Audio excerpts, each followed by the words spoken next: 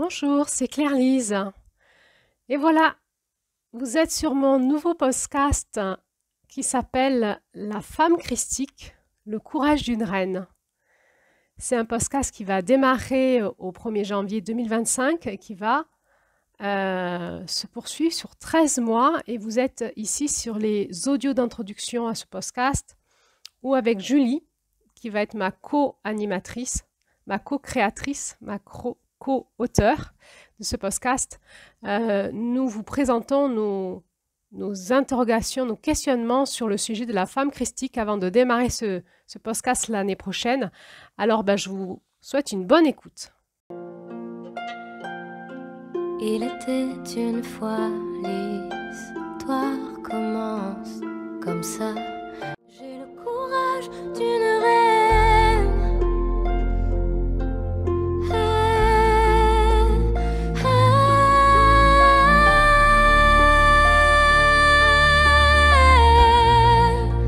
Le courage d'une reine.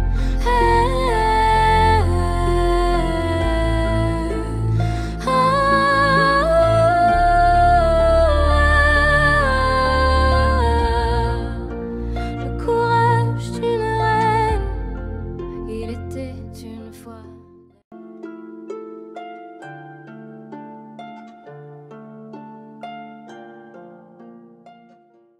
Et bonjour, c'est Claire-Lise. Vous êtes sur ma chaîne YouTube, la chaîne de Claire-Lise Lahutte. Je suis psychosociothérapeute et j'entretiens cette chaîne. Je vous fais passer ce qui m'anime depuis plus d'un an. J'ai créé un podcast il y a un an sur lequel j'ai diffusé tout au long de l'année des audios en lien avec l'enseignement amérindien dont je suis porteuse, en lien avec l'intelligence de la Terre, les énergies des mois de l'année, du cosmos, de la Lune et toute la dynamique qu'il y a dans le féminin sacré, chez les femmes et chez les hommes. Et on est en fin d'année, c'est décembre, et dans ce podcast, je m'étais fait accompagner par Julie, qui nous avait lu les contes amérindiens, qui nous avait aussi proposé ses couleurs. Elle avait canalisé l'enseignement sur les couleurs. Et donc, Julie était cette voix qui, chaque mois de l'année, introduisait les contes, les couleurs et introduisait le nouveau chemin, le futur chemin sur ce mois-ci. Eh bien, Bonjour, c'est Julie. figurez-vous qu'aujourd'hui, je vais interviewer Julie. On va l'entendre un peu plus. Et oui, Julie, parce que voilà, peut-être qu'on va un peu plus se manifester encore cette année sur ma chaîne YouTube et peut-être on verra ensemble sur d'autres chaînes qu'on va créer ensemble. On avait l'élan cette année, toutes les deux, d'aller plus loin ensemble. Et, euh, Ouais. et voilà, on va co-créer ensemble un nouveau podcast qui s'interroge sur comment incarner le féminin christique chez nous, femmes, en France, en 2025. Et donc, bon, on s'interroge toutes les deux là-dessus. On est en décembre, le podcast va démarrer en janvier et on avait envie de vous partager nos questions parce que c'est assez profond. Et donc, oui, Julie m'a déjà interviewé sur un autre audio, si vous voulez l'écouter. C'est mes propres questionnements. Qu'est-ce qui a fait que j'en suis arrivée à avoir cet élan de vouloir l'année prochaine animer un podcast autour de l'incarnation de la femme christique en France en 2025 et ses questionnements, puisque ça ne sera pas un enseignement. Enfin, on verra, il y aura des enseignements, mais canalisés en fait, parce que c'est un vrai questionnement chez moi. Et je me suis retrouvée face à une montagne. Je me suis dit, c'est infranchissable, mon idée. Allô, Julie, tu m'aides? Et je me suis dit, oulala, elle va me dire, oh là là, Clarisse, ça commence à bien faire, là, je crois que c'est fini cette histoire, et encore tu me relances. Comment tu l'as vécu, toi, Julie? Qu'est-ce qui t'a, qu'est-ce qui t'a donné l'élan de continuer avec moi sur cette aventure encore plus audacieuse que la précédente? Alors, en fait, ça a été un appel du cœur. C'est-à-dire que plusieurs fois, tu m'as proposé des choses et donc, et plusieurs fois, j'ai senti vraiment profondément cet élan du cœur qui était là et qui me dépasse, en fait. Et ce qui ressort de ça à chaque fois, c'est je ne peux pas dire non à mon cœur. Si je fais ça, euh, je me sabote, mais à un niveau qui vraiment me ferait tomber dans un gouffre profond d'une blessure qui s'accentuerait, en fait. Et donc, l'élan, l'appel du cœur, c'était l'appel du cœur. C'est-à-dire que moi, quand tu me dis la femme christique, la première réaction, c'est je sais pas ce que c'est, en fait. Donc, euh, donc, il y avait ce truc en moi qui disait, mais ouais, ok, j'ai cet élan, c'est là, je sens que c'est là. Et en même temps, je sais pas. Mais je sais que je vais y aller. Parce que je sais que c'est juste. Et, euh, et voilà, donc pour le petit retour et regard en arrière, c'est comme si là j'étais un bout du chemin là de quelques années. Et si je regarde en arrière, en fait, il y a quelques années, euh, il y a une amie qui m'a dit, oh, tu veux pas venir, il y a une femme là qui fait une conférence, tu veux pas venir? Oh, j'ai dit oui, je vais venir. Et bon, en fait, c'était donc Claire-Lise, c'était toi. Et je me rappelle qu'il y avait ce bouquin des 13 mères originelles posé sur, et tu m'as dit, enfin, je crois que tu m'avais envoyé, tu m'as dit, vous pouvez regarder. Et j'ai eu comme un truc, j'ai ouvert le bouquin, je l'ai refermé tout de suite, et j'ai eu cette rébellion, en fait, je crois, profonde, euh, dans un premier temps au chamanisme, et cet appel en même temps. Et Waouh! finalement, je me suis inscrite. Hein. J'ai dit waouh! C'est dur Et hein, ouais. de vivre les deux en même temps. Ah ouais, c'est en même temps, voilà. C'est de la coloc, La colloque de l'ombre et de la lumière. c'est ça. Et finalement, je crois que je me suis vraiment inscrite dernier délai de chez dernier délai. Mais parce que je savais que c'était là. Et c'était inexplicable. Je le savais, je le sentais, je le savais. En fait, c'est pas je Donc, le sentais, c'est que tu je t'es le inscrit. savais.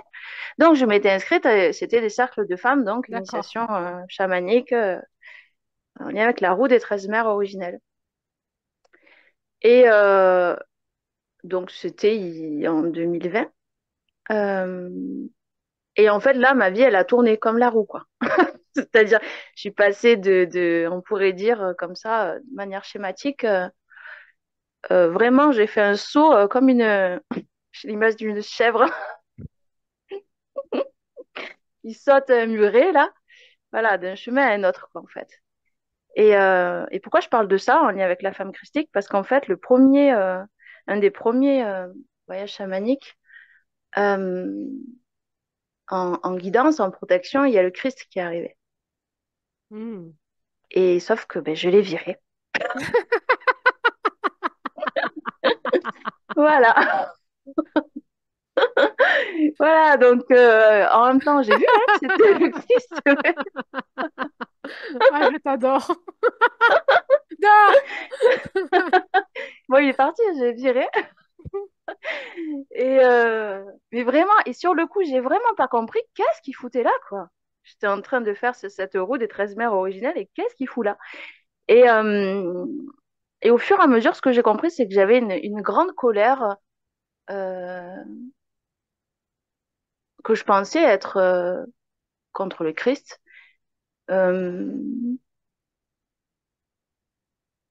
mais je dirais que c'était plus complexe que ça.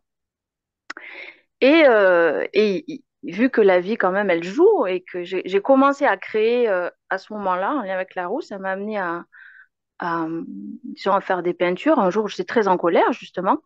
J'ai voulu peindre, on va dire, mes guidances et certainement pas le Christ et Marie, quoi. Et voilà. Et donc, j'ai peint tout autre chose. J'ai peint des animaux, en lien avec la roue, d'ailleurs. Et en réalité, quelque temps après, je me suis aperçue que dans le tableau, ben, le Christ était incrusté. Et le Christ et Marie. Et en fait, et ça m'est arrivé quand même plusieurs fois. Et jusqu'à ce que finalement je fasse un chemin de guérison, donc en lien avec les 13 mères originales dans la roue, mais aussi en lien avec le Christ, en fait. Hein. Et, euh, et Marie, avec qui j'ai reconnecté, en fait, de manière puissante en travaillant sur la fécondité, la fertilité. Et ça m'est comme tombé dessus. En fait, je ne l'ai pas Hmm. cherché. Donc, tout ça pour dire quoi? Tout ça pour dire que mon élan de cœur de continuer, c'était là parce qu'en fait, la connexion avec la Terre et avec la roue des 13 mers, c'est ce qui m'a fait reconnecter avec le Christ et l'énergie christique et la Vierge Marie. Waouh. Et donc, si je disais ça, en fait, encore une fois, c'est comme si la vie, elle me retendait une main en me disant, bon, tu as dit oui pour les 13 mères originelles. Est-ce que tu continues de dire oui, en fait? Waouh. Voilà. Ça me touche, hein. Ça me met en joie aussi. C'est tellement ça ce que tu décris, c'est tellement ça l'amour en fait, hein. Comment l'amour vient nous re-questionner là où on l'attend et où on est blessé en fait. En même temps on le veut, en même temps on n'en veut pas. Ouais, Et c'est patient, l'amour est patient.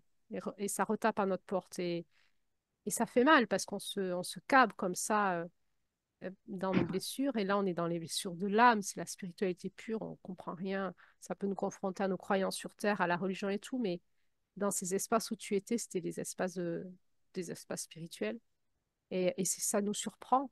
On s'y attend pas dans la rationalité. c'est ça. Et cette surprise qui crée cet état de choc et cet ce questionnement dans la conscience, qu'est-ce que ça fout là? Et qu'est-ce que j'en fais maintenant que je l'ai vu? Mhm, Hmm, c'est ça. Bah, ça a pris son temps, hein, quand même. hmm, Ça a été très très long et je pense que c'est encore, disons, un espace très vulnérable en fait. hmm, Ouais. Dans le dévoilement, là, bah, du coup, je le dis, dans le dévoilement là de savoir que on est en train d'en parler et que ça va être écouté, je pense qu'il y a déjà quelque chose qui est en train de se guérir. hmm, Parce que c'est pas spontanément ce que je ferais. hmm. Ça me touche ce que tu dis parce que j'ai fini la dernière audio par dire que j'avais une trouille. C'est ça. J'ai comme l'image de Marie qui va enlever son voile en fait, qui va se Mm, montrer sur Terre, qui va se dévoiler, qui va nous faire montrer son intimité. Et nous avons cette fréquence-là en nous, toutes les femmes, qu'on soit croyantes ou pas, en fait, la fréquence de Marie, elle nous parle dans le questionnement spirituel de tout ce qui est la vie en lien avec l'intelligence de la vie autour de la mère divine. Donc, effectivement, la fécondité, protéger le vulnérable, faire passer la vie sur Terre, être la matrice, le contenant, cette matrice qui protège, qui est l'amour, enfin, toutes ces choses qu'on essaye d'incarner en nous, de vivre aussi. Et, euh, et, euh, et, euh, et comme ça, ce féminin, puisqu'on va parler du féminin un peu plus loin, toutes les deux, le féminin qui est notre espace chez tous, hein, hommes et femmes, notre espace vulnérable, notre espace sensible, qui est ultra protégé par notre masculin, et tout d'un coup, avoir l'audace de se dévoiler. C'est comme une mise à nu. complètement, ouais. Mm. Mhm. Et c'est un don, et ça fait peur. C'est ça. Et, Et et en ouais, même en fait, l'image que j'avais, en fait, quand il y avait cet élan, donc c'était à la fois cette main qui était tendue et que j'attrapais, et que je décidais de dire oui à son invitation, tu vois. Euh, et c'est comme si avec cette main, je pouvais marcher dans la roue. mm, c'est beau. Et j'avais une deuxième image qui venait, c'était euh, qu'il y avait déjà une flamme, mais tu vois, qu'il y avait des braises là qui attendaient et qu'on leur souffle dessus pour que la flamme, elle s'élève un peu plus, elle prenne un peu plus sa place, un peu plus d'ampleur, tu vois. Mm, mm. Voilà. En tout cas, merci d'avoir dit oui. Et on va s'accompagner aussi toutes les deux, main dans la main, chacune avec nos guidances et finalement les mêmes aussi. Mm. Ouais. Euh, et on va explorer ensemble. Et moi, je suis touchée que tu aies dit oui, même si il y a ce petit côté coquin en moi chaque fois que je te, que je te, que je te propose quelque chose. Je, je sais que tu vas en principe commencer par te cabrer. C'est ça. Et Normalement, après, non, mais alors il y a quand même une évolution dans le temps parce que oui, la première fois que parce tu que m'as là, tu l'as proposé pas quelque chose, je fait. me suis enfouie sous le plaid. Et tu te cachais derrière le rideau. Voilà, ou derrière le rideau, ou sous le plaid, ou tu vois. Et après, tu finis par dire oui. Et je vois ce courage que tu as. Je vois cet engagement avec toi, avec nous, et ce courage que j'admire beaucoup, en fait, qui m'impressionne. Et je sais que c'est possible, les alliances, qu'avec les personnes qui ont le courage et l'audace d'y aller, quoi. C'est ça qui nous manque, c'est ce qu'il nous faut. Dans nos profondeurs, dans nos peurs, traverser l'ombre, hein, traverser notre ombre, nos peurs. Et à chaque fois, tu l'as fait. Même, et tu as d'abord manifesté tes très grandes peurs, et Mm, après, tu reviens, tu dis oui, j'y vais. Et à chaque fois, tu as tenu dans la durée, tu l'as fait. Et ce qui fait que, année après année, aujourd'hui, quand je t'ai proposé, est-ce que tu me suis dans cette aventure? Je savais que tu avais la liberté de dire non et que tu la prendrais, en fait. mm. Mais au fond de moi, j'étais tranquille que je pouvais le faire seule si tu me disais non. En tout cas, que ça me serait donné d'une autre façon. Mais que si tu disais oui, tu allais pouvoir le faire. Et tu m'as dit oui tout de suite, en fait. Tu n'es Ouais. même pas cabré. Ouais, c'était beau et c'était du coup joyeux pour moi de dire waouh. Et cette sensation aussi que toutes les deux on roule comme ça, on se rencontre, on roule, et puis qu'il y a quelque chose qui se passe entre nous qui nous dépasse, parce que en plus nos postures respectives n'étaient pas évidentes du démarrage qu'on co-crée ensemble, vu que j'étais, on va dire, Ouais. maître initiatique et toi mon élève. Et je suis vraiment pleine de gratitude que il y a eu cette intelligence entre nous et aussi en moi où j'ai beaucoup veillé à te laisser ta place parce que j'ai tout de suite vu ton potentiel. Et il y a quelque chose en moi qui me disait, Julie, elle est à être honorée en fait, à l'apprendre et à l'aider à se relever en fait. Et Mm. je suis vraiment ravie de te voir de plus en plus debout et que tu puisses m'aider avec tous tes potentiels. Alors, merci pour avoir dit oui à ce premier élan. Et du coup, pour toi, c'est quoi pour toi ton but de ce podcast qui va se démarrer en 2025? C'est quoi pour toi ton but d'aller explorer la femme christique dans ce podcast? Alors, il y avait plusieurs choses. La première chose, je crois que c'était de me dégager de tout ce dont tu parles dans l'autre podcast où je te pose des questions. C'est qu'en fait, de me dégager de tout ce passif, de tout ce passé, finalement, en lien avec l'histoire qu'on nous a racontée, de ce que c'est l'énergie christique. Hmm. Et, et à me dégager de ça, euh, il y a une forme de sortir de la dualité. J'ai quelque chose encore à pardonner de... Ça me touche du coup. Voilà, ça klaxonne aussi dehors. Je sais pas si vous avez entendu. Non. Mais c'est quoi? C'est un mariage ou un match de foot? Je sais pas. Dans ma famille, en fait, euh, j'ai eu des phases. En fait, moi, dans ma vie perso, j'ai eu des phases. En fait, quand j'étais petite, j'étais très en lien. J'aime bon, plutôt ma lignée maternelle, qui était et notamment ma grand-mère maternelle, qui était très en lien avec la Vierge Marie et le Christ. Et j'avais vraiment ouais, cet enseignement avec elle, en fait. En parallèle, j'ai fait ma communion, tout ça, mais c'était pas la même chose que ce que je vivais avec ma grand-mère. Pourtant, avec ma grand-mère, on allait à l'église, etc.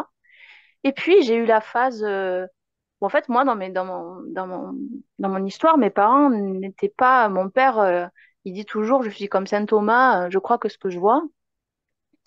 Et donc, ma mère, elle est croyante.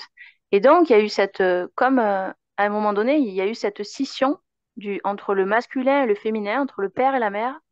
Et j'ai eu la phase, à un moment donné, ça a basculé, bon, dans mon enfance, puis ensuite à l'adolescence, où j'ai eu une très grande rébellion contre tout ça. J'ai tout envoyé bouler, péter, et,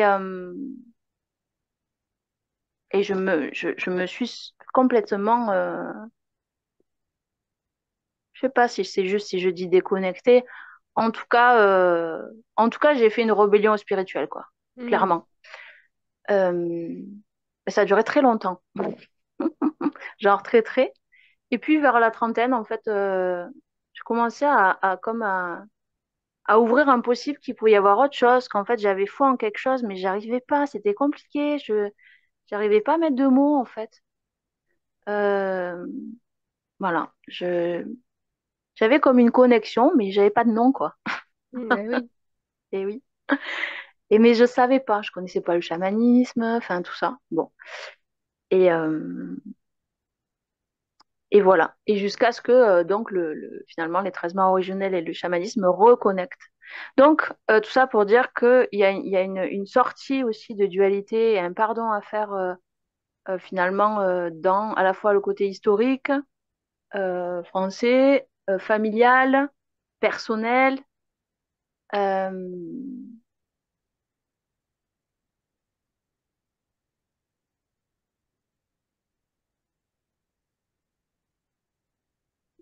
Et il y a comme en fait cette rébellion, c'est comme si elle s'était transformée en colère de vie, en fait, qui dit maintenant ça suffit, en fait, parce en fond, il y a comme une interdiction, en fait, d'incarner sa spiritualité dans la sécurité, en fait, Hmm. de tous les jours, en fait, et d'en parler spontanément. Et, euh, et pour moi, c'est pas du tout là, quoi. Hmm. Euh, donc, euh, donc j'avais envie aussi de te faire ce pas, de dire ça suffit, je veux plus de ça, en fait. Hmm. Et J'adore t'entendre dire ça. En fait, on observe dans notre j'adore. chemin, ouais, dans notre chemin d'âme, on observe ces phases de rébellion, c'est normal. D'ailleurs, c'est par la rébellion qu'on renaît. C'est par ce côté de nous qui se cabre un moment, hein, qui va s'opposer, que ça nous permet cette renaissance, en fait. Et ça me rappelle, moi aussi, j'ai eu de grosses phases de rébellion dans ma vie. Et je me souviens une fois où j'ai exprimé ma colère dans la voiture. J'étais dans la voiture, je gueulais contre Dieu, je l'insultais, je gueulais, quoi. Peut-être parce que c'était une bulle où j'ai l'impression que je pouvais hurler sans que, je sais pas si j'étais dans la campagne ou autre, mais que sans que personne trouve ça bizarre, parce que peut-être dans mon appartement, les voisins auraient tapé au mur. Et je gueulais contre Dieu, et en fait, j'ai entendu cette voix en moi qui a dit, je t'attendais là. Ouais. Merci. Et un grand éclat de rire. Et merci, je t'attendais là. Et ça a été une grande libération. Où tout d'un coup, il y avait ce côté, ah, mais alors on n'est plus comme dans le temple à l'église ou je sais pas où, dans une espèce d'énergie révérencieuse, d'adoration, de tremblement, de peur, de sérieux, en fait. Et on peut vivre, on peut être vivant. Et tout a commencé là, chez moi, en fait. Ça a été vraiment le moment de bascule où je me suis écroulée parce que si même ma rébellion n'était plus une rébellion, c'est-à-dire que même si je veux dire, le ciel, il s'en foutait complètement que je sois rebelle ou pas, en fait, mais que ce qu'il voulait, c'est que je sois vraie dans la Mm. relation à lui. Et bien alors, du coup, je savais plus quoi être. Et du coup, je lui ai dit, ben écoute, si tu existes, révèle-toi à moi parce que bah, je suis démunie là, même si ma colère ne marche pas. Je sais plus quoi. Et j'aime bien t'entendre dire, parler de ces énergies de rébellion et aussi cette conversion où tout d'un coup tu peux utiliser aussi ta colère pour dire stop à ce qui se rebelle aussi en même temps. Mm. Ouais. Ouais, il y avait ça, et il y a aussi en moi un côté, comment dire, comme si en fait, alors c'est peut-être de la croyance, mais il y a une forme d'inaccessibilité. Hmm. Tu vois, quand j'entends le mot, le terme femme christique, il y a une forme euh, d'impossibilité, d'inaccessibilité, euh, presque, j'ai envie de dire,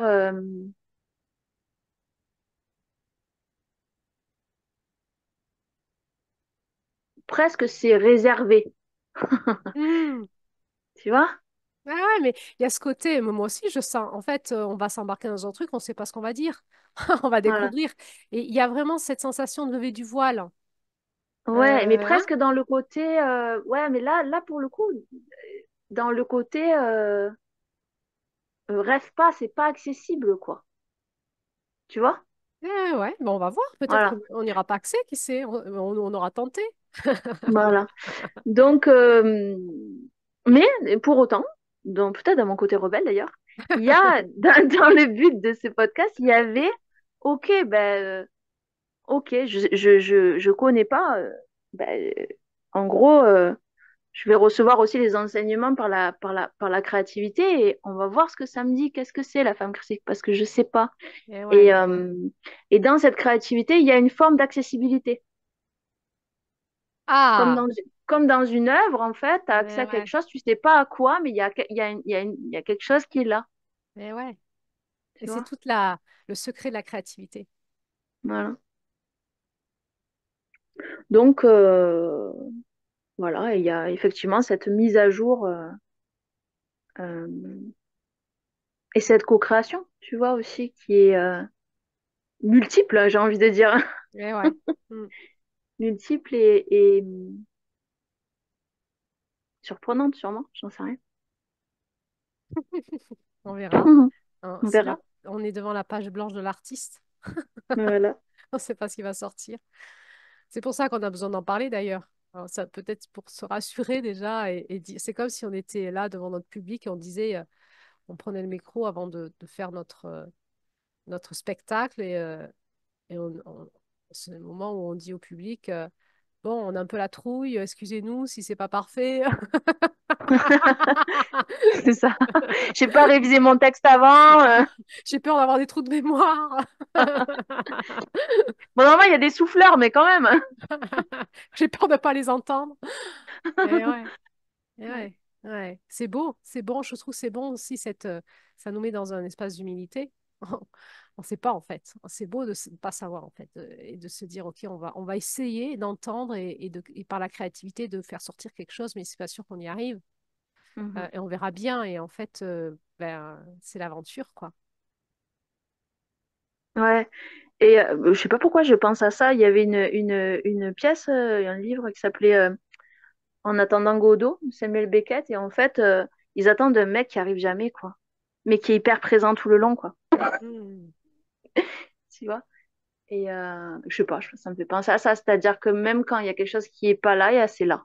Ouais. Moi, en tout cas, moi, ça me fait penser à des moments où je me sens déconnectée du Christ, justement.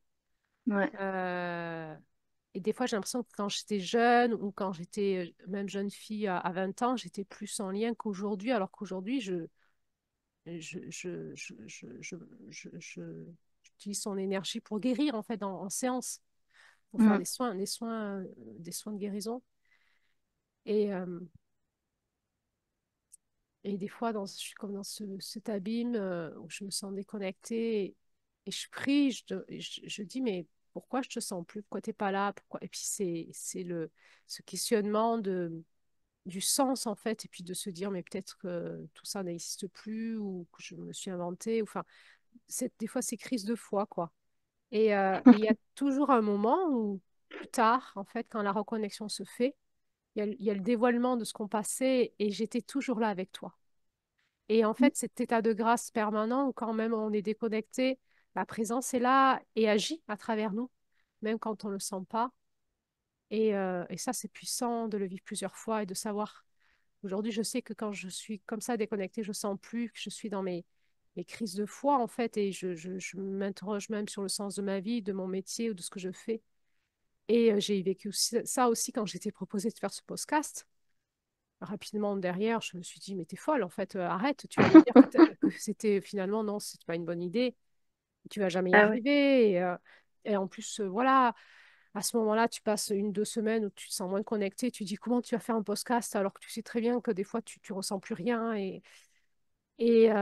Moi, je sais que ça fait partie du chemin, en fait, de l'initiation spirituelle, de ces moments de déconnexion. Et toujours, ce qui est incroyable, c'est derrière, euh, tout d'un coup, dans la reconnexion, cette présence qui est toujours là et qui te dit j'étais là avec toi. Et parfois aussi de sentir que je l'attendais là où il n'est pas. Ouais. Et c'est ça que ton film me fait penser. On croit que c'est quelque chose, on le projette avec le mental, une image, ou je sais pas, une prière, on demande quelque chose, et c'est pas, et c'est, là, c'est creux, c'est vide, c'est du mental, il n'y a rien. Là, on le Mhm. rencontre pas, mais il est toujours là, ailleurs. Et peut-être que ben, le film christique, on projette plein de choses, probablement d'ailleurs, c'est pas peut-être, c'est sûr, et qu'on va peut-être pas du tout le rencontrer là où on va le rencontrer, mais que c'est toujours là, en nous, et que peut-être on aura aussi la grâce que ça se révèle un peu plus là où on ne l'attend pas durant cette année Mhm. 2025 et dans nos vies et à travers ce podcast, dans nos expériences, notre créativité.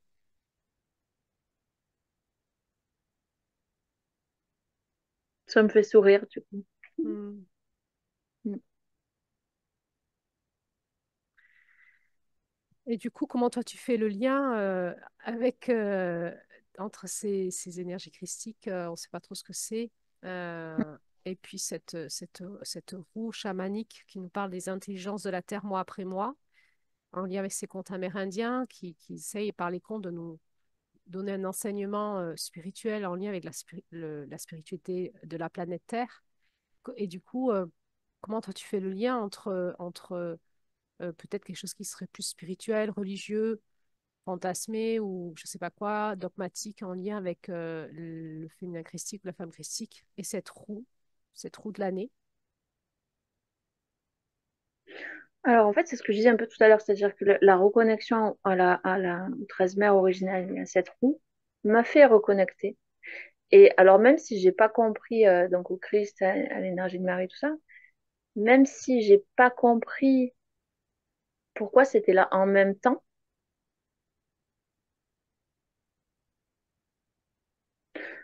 ce que je peux en dire, c'est qu'en fait, c'est que c'était déjà là dans mon cœur et que c'est comme si, tu vois, la prise-terre m'avait rebranché à l'énergie de mon cœur et que j'avais pu un peu entrevoir ça.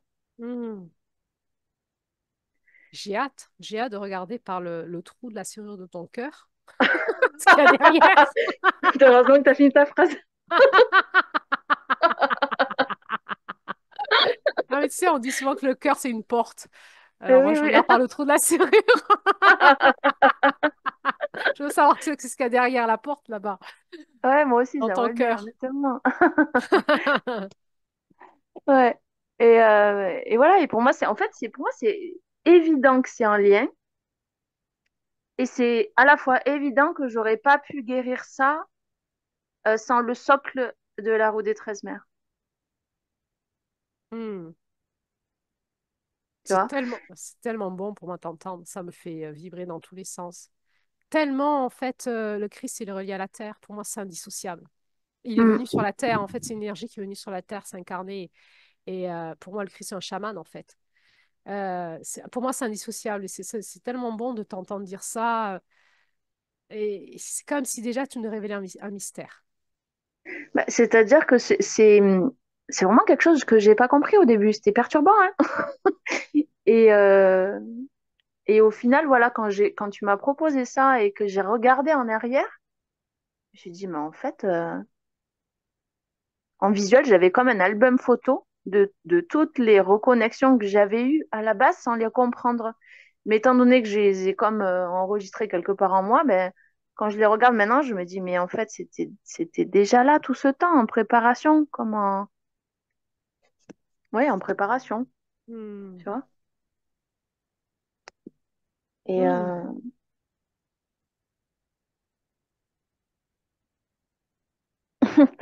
c'est comme si, tu vois, c'était, euh,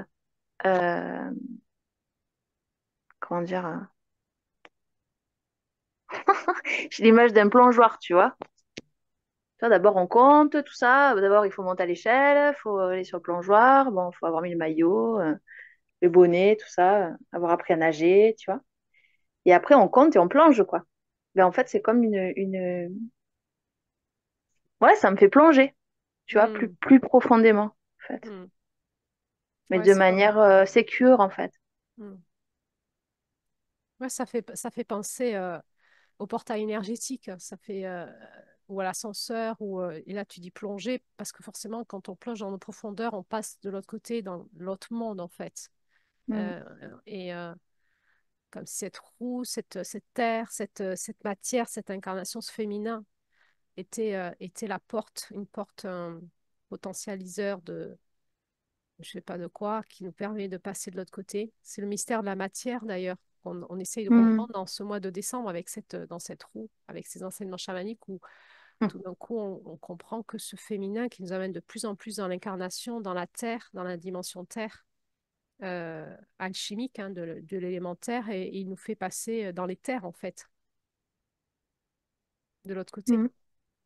Et tu vois, quand tu parles, j'ai vraiment l'image en écho à ce que là, avec la discussion. Euh, Hier, je suis allée à un cours de poterie et en fait, on fait une boule de, de terre, quoi. Et on fait, bon, il faut la travailler, la terre, pas qu'il y ait des bulles dedans, etc. On fait une boule et on la lance donc sur cette roue, en fait, qui est le tour, qu'on appelle le tour. Et il faut la lancer au centre. Et vraiment, le travail, c'est de la lancer au centre, de la fixer au centre, de la recaler pour qu'elle soit bien centrée. Ensuite, de la faire monter et descendre pour vraiment que cet axe-là soit de haut en bas très à la fois axé et à la fois centré. Tu vois, que ça tangue pas ni du bas ni du haut. Mhm. Et ensuite, il faut faire un trou à l'intérieur. Et le trou, il faut le faire centré. Sinon, ensuite, quand tu ouvres cet espace-là, en fait, ça tangue dans l'ouverture. Et ça me fait penser à ça, en fait. Et une fois donc on a ouvert, en fait, bon, moi, j'allais trop vite, en fait. Parce qu'il y a le rythme, tu vois, du tour, mais aussi il y a le rythme de la manière dont tu montes ta pièce, en fait. Mhm. Il y a vraiment un rythme à respecter, une pression à avoir dans les doigts, une stabilité en lien avec le corps. Justement, il faut s'appuyer à la fois sur son corps, à la fois entre ses mains, et à la fois être en connexion avec cette terre, la faire monter, la faire descendre, à la fois de manière euh, structurée mais douce, tu vois? Waouh! Mais en fait, tu nous as tout dit là. Voilà. Je sais pas ce que j'ai dit, c'était ça qui venait, parce qu'en fait, bon, ben moi j'avais fait le trou pas au centre, quoi. Elle me dit, mais enfin, je dis, bah, je sais pas. Et, Voilà, et j'allais trop vite et voilà. Et donc, ça me fait reboucler sur aussi l'aspect créativité. Parce que l'aspect dont tu parlais tout à l'heure dans le podcast d'artistes spirituels, mais en fait, pour moi, dans la création, il y a vraiment tout le processus d'apprentissage de ce que c'est être sur Terre en reliance avec l'énergie du divin de manière plus hmm, large. hmm. Voilà. Bon, bah alors Julie, bah merci déjà pour ce partage à cœur ouvert, pour les rires, pour tes exemples souvent très éclairants, et ta présence, ta voix et ta fréquence, hein. Et puis bah maintenant, il va falloir qu'on devienne ces artistes toutes les deux. Donc on va se poser la question, quelle forme cela pourrait prendre, ce podcast? Comment on va s'y prendre? Est-ce que on est toutes les deux face à notre feuille blanche? On ne sait pas. Quelle forme ça pourrait prendre ce podcast? On va se poser la question et ben, on va se poser la question dans un autre audio où on va commencer peut-être à façonner cette poterie qui sera un podcast à deux. Et donc, ben, sauf si tu as encore quelque chose à rajouter, on peut inviter nos auditeurs à nous rejoindre sur ce troisième audio. Je pense que j'ai beaucoup parlé. Je pensais pas en dire autant. Eh ben, merci. Merci pour nous avoir autant parlé et c'est précieux tout ce que tu nous as dit. Merci pour ta générosité. Et donc, on se retrouve sur ce troisième audio. On va essayer toutes les deux de commencer à s'interroger sur la forme que pourrait prendre ce podcast en 2025 autour du féminin christique euh, en 2025 en France. Voilà. On n'en sait pas plus pour l'instant. Alors, à toutes C'est la sur le prochain surprise du audio. chef. Ouais, de l'artiste, des artistes. Ouais, c'est ça. Allez, on se retrouve au troisième audio. Merci pour À votre plus écoute. tard. À bientôt.